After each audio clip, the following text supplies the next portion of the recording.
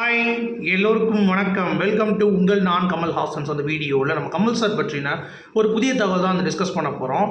So வீடியோக்குள்ளே போகிறதுக்கு முன்னாடி சேனலுக்கு புதுசாக இருந்தீங்க அப்படின்னா கண்டிப்பாக சப்ஸ்கிரைப் பண்ணிக்கோங்க.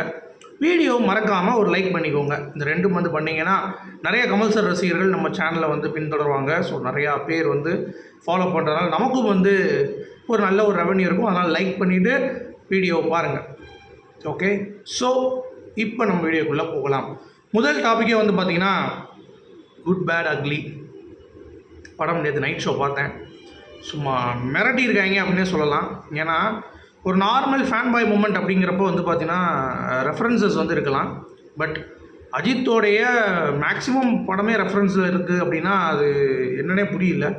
அதுவும் இல்லாமல் வில்லன் கேரக்டர் 2 கெட்டப் போட்டுட்டு ரிவீல் பண்ணியிருக்காங்க. ஸோ அது ரொம்ப அற்புதமாக இருந்தது அந்த கேரக்டரைசேஷன். ப்ளஸ் அஜித் அவர்கள் கமல் சாருடைய ஒரு பாட்டுக்கு முழுக்க ஃபைட் பண்ணுறாருன்னா பார்த்துக்கோங்களேன். என்ன சொல்கிற? எஸ், அதாவது 3 ரெஃபரன்ஸ் யூஸ் பண்ணியிருக்காங்க. ஒன்று நான் பம்மல் கே சம்மந்தமா அப்படின்ற மாதிரி கேட்குறது, ப்ளஸ் ஏன் ஜோடி மஞ்சக்குருவி ரீமிக்ஸு, அது கூட அந்தளவுக்கு எஃபெக்ட் இல்லை. பட் இளமை ஏதோ சாங்கு கிட்டத்தட்ட 2.5 நிமிஷம் வருது படத்தில். என்னடா சொல்கிற? பாட்டே 3.5 நிமிஷம் தானடா. 2.5 நிமிஷம் சும்மா ஃபைட்டுக்கு தெரிக்குது ஃபுல் அண்ட் ஃபுல். நான் அங்கே அஜித் அவர்களே பார்க்கவே இல்லை. அந்த பாடல் போடும் பொழுது கமல் சாருடைய இதுதான் வருது. ஏன்னா அது ஃபார் கமல் சார். யாரையும் அதை இமேஜின் பண்ணி பார்க்க முடியாது. அஸ் அ ஃபேன் பாயாக ஆதிக்கு பார்த்தீங்கன்னா கமல் சார் அவருக்கும் பிடிக்கும் போல். ஏன்னா அவங்க அப்பா ஒரு கமல் சார் ஃபேன் தான். அதை பற்றி நம்ம அப்புறம் வருவோம். பட் இந்த விஷுவலைசேஷன் நான் பார்த்துட்டு மிரண்டு போயிட்டேங்க. ஏன்னா நல்லா பண்ணியிருந்தாங்க ஃபைட்டு. பட் எனக்கு ஒரு இடங்களில் கூட கமல்ஹாசன் அப்படின்றது தான் தெரிஞ்சாரே தவிர அஜித்குமார் அவர்கள் தெரியவே இல்லை. எல்லா இடங்களிலும் மேக்ஸிமம் அந்த பாடலுக்கு நீங்கள் போய் அந்த படத்தை நீங்கள் ஃபீல் பண்ண தான் உங்களுக்கு புரியும். நான் என்ன சொல்கிறேன், இப்போ சொன்னாங்கன்னா அது அப்படின்ற மாதிரி நீங்கள் யோசிப்பீங்க. கமல் சார் ஃபேன்ஸ் தான் நீங்கள் அந்த படம் பார்க்கும் பொழுது கண்டிப்பாக அந்த இடத்துல 2-3 தடவை கமல் சாருடைய உருவம் போகும். ஏன்னா அந்தளவுக்கு அந்த பாட்டை ப்ரெசென்ட் பண்ணியிருக்காங்க. ப்ளஸ் நல்லாவும் யூஸ் பண்ணியிருக்காங்க. ரொம்ப ஹெல்த்தியாகவும் இருக்குது பார்க்குறதுக்கு அப்படிங்கிறது பார்க்க முடியுது. ஸோ நீங்கள் இதை எப்படி பார்க்குறீங்க அப்படிங்கிறத படம் பார்த்தவர்கள் கண்டிப்பாக சொல்லுங்கள். பட் படம் ரிவ்யூ அப்படிங்கிறப்ப எனக்கு தெரிஞ்சு ஒன் டைம் வாட்சபிள். ஜென்ரல் ஆடியன்ஸாக போனீங்கன்னா கொஞ்சம் என்ஜாய் பண்ணிட்டு வரலாம். அஜித் ஃபேன்ஸாக போனீங்கன்னா கண்டிப்பாக நல்லா என்ஜாய் பண்ணலாம். ஏன்னா நிறைய கான்டாக்டு அவருக்குள்ளேயே அந்த படத்துக்குள்ளேயே இருக்குது. நிறையா ஸ்பெஷல் அப்பியரன்ஸ் இருக்குது. நிறையா பார்த்தீங்கன்னா ஒரு டைலாக்ஸ்லாம் இருக்குது. ஸோ அதெல்லாம் பாருங்கள், பார்த்துட்டு என்ஜாய் பண்ணிக்கோங்க. ஓகே, சரி. இப்போ இந்த படமே ஓப்பனிங் பார்த்தீங்கன்னா கிட்டத்தட்ட 5வது இடம் பிடிச்சிருக்கு குட் பேட் அக்லி முதல் நாள். பட் இது கொஞ்சம் நல்ல ரிவ்யூவே கொடுத்துருக்காங்க குட் பேட் அக்லிக்கு. ஆனால் இந்தியன் 2க்கு முதல் நாளே ரிவ்யூஸ் பார்த்தீங்கன்னா அந்தளவுக்கு மேஜராக எதுவும் இல்லை. உங்களுக்கு தெரியும், மக்கள் பார்த்தீங்கன்னா ஒரு பக்கம் போயிட்டுருக்காங்க, இன்னொரு பக்கம் படம் அவ்வளோதான் அவுட்டுன்னு சொல்லி முடிச்சிட்டாங்க.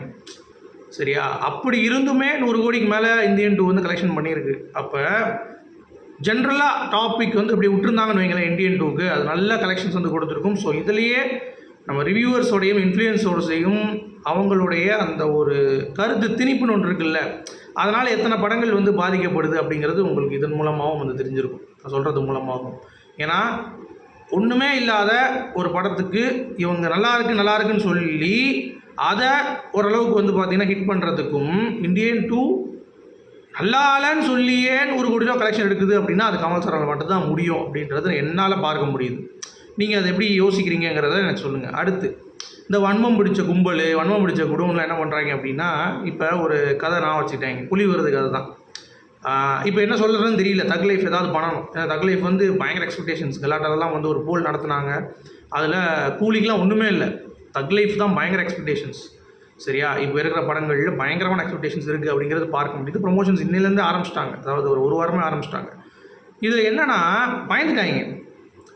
பயந்துட்டு என்ன பண்ணுறதுன்னு தெரியாமல் என்ன பண்ணுறாங்க அப்படின்னா எஸ்டிஆர் ரசிகர்கள் இடையே ஒரு கலவரம் நிகழ்த்துறாங்களாம். அதாவது எப்படின்னா எஸ்டிஆர் ரெஃபரன்சஸ் பார்த்தீங்கன்னா நம்ம கமல் சார் ரொம்ப அதிகமாக இருக்குது. ஸோ ஆர்கேஎஃப்ஐலேருந்து சொல்கிறாங்களாம், இந்த மாதிரி சிம்புவோடைய இதை தூக்கிடுங்க, வேண்டாம், அது நம்மளை தலைவரை எலிவேட் பண்ணுற மாதிரி இல்லை, கமல் சாருடைய நடிப்பு மிகைப்படுத்தலை, அதனால் நீங்கள் அதை தூக்கிடுங்க அப்படின்ற மாதிரிலாம் உருட்டி, அதனால் கமல் சார் பார்த்தீங்கன்னா அப்படி சொல்லிட்டாராம். உடனே சிம்புவோடைய ரசிகர்கள்லாம் கொஞ்சம் நேற்றே நான் சொல்லியிருந்தேன்ல அந்த ஒரு பிரச்சனை தான். ஆனால் இதில் என்ன காமெடினா, ஃபஸ்ட்டு சிங்கிள் வரப்போகுது, எஸ்டிஆருடைய பேர் எல்லாத்துலேயும் வருது பெரிய லெட்டரில் கமல்ஹாசனுக்கு அடுத்து. சரியா? Although it's a Kamal film, but எஸ்டிஆருக்கு இந்த ஃபிலிம் நீங்கள் எழுதி வச்சுக்கோங்க. நான் எப்படி சொல்கிறேன், அதெல்லாம் தேவையில்லாத விஷயம் உங்களுக்கு. ஏன்னா இது வந்து கண்டிப்பாக எஸ்டிஆருக்கு ஒரு மிகப்பெரிய ஒரு பிரேக்கிங் பாயிண்ட்டாக இருக்கும். அப்போ இந்த கதர்ன மூதேவிகள்லாம் எங்கே கொண்டு போய் மூஞ்ச வைப்பாங்க அப்படிங்கிறத நம்ம பார்ப்போம்.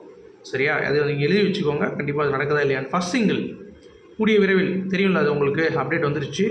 ஸோ ரெடி ஆகிடுச்சு. பாட்டெலாம் ரிலீஸ் மட்டும்தான் வெயிட் பண்ணிகிட்டு இருக்காங்க. இந்த குட் பேட் அக்லியோடைய கொஞ்சம் அப்படி டவுன் ஆனவொடனே டக்குன்னு அடுத்த தூக்கிடுவாங்க அப்படிங்கிறது தான். சரி, கமல் சார் நான் ஏற்கனவே சொன்னேன், ஒரு யங் விஷனரியை பார்க்க போகிறாரு. அது KS238 இருக்கலாம் அப்படின்ற மாதிரி கன்ஃபார்மாக அதுதான் நீங்கள் எழுதி வச்சுக்கோங்க. ஏன்னா KS238 ஏஐ டெக்னாலஜி மூலமாக கமல் சார் இந்த உலகத்திற்கு ஏதோ சொல்ல போகிறார் அப்படிங்கிறது க்ளீனாகவே தெரிஞ்சிருச்சு.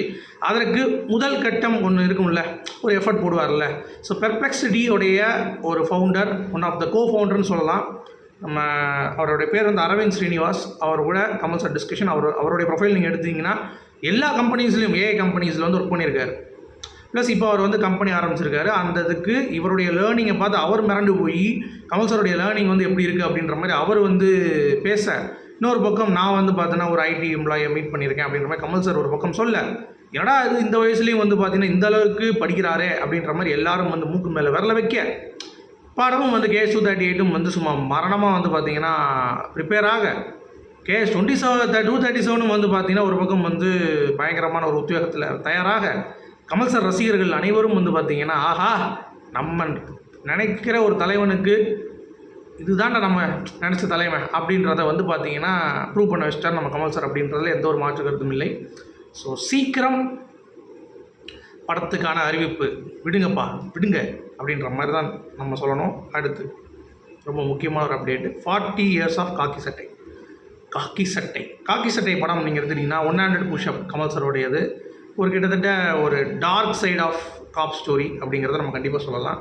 அது மட்டும் இல்லாமல் நடிகை அமலா இருக்காங்கல்ல, அவங்க வந்து வேறு லெவலில் ஒரு பாடலுக்கு வந்து ஸ்டெப் ஆடும் பொழுது கடைசி ஸ்டெப் வந்து கமல் சார் அப்படி காலை ஆட்டி போட்டிருப்பார். நீங்கள் ஒரு பாடல் பார்த்துட்டு, பாடல் மறந்து போச்சு எனக்கு அந்த பேர். அந்த பாடலில் தெரிஞ்ச கமெண்ட் பண்ணுங்கள். ஸ்டெப்ஸ் முன்னாடி வந்து பார்த்து நல்லா ஆடிட்டு இருப்பார்.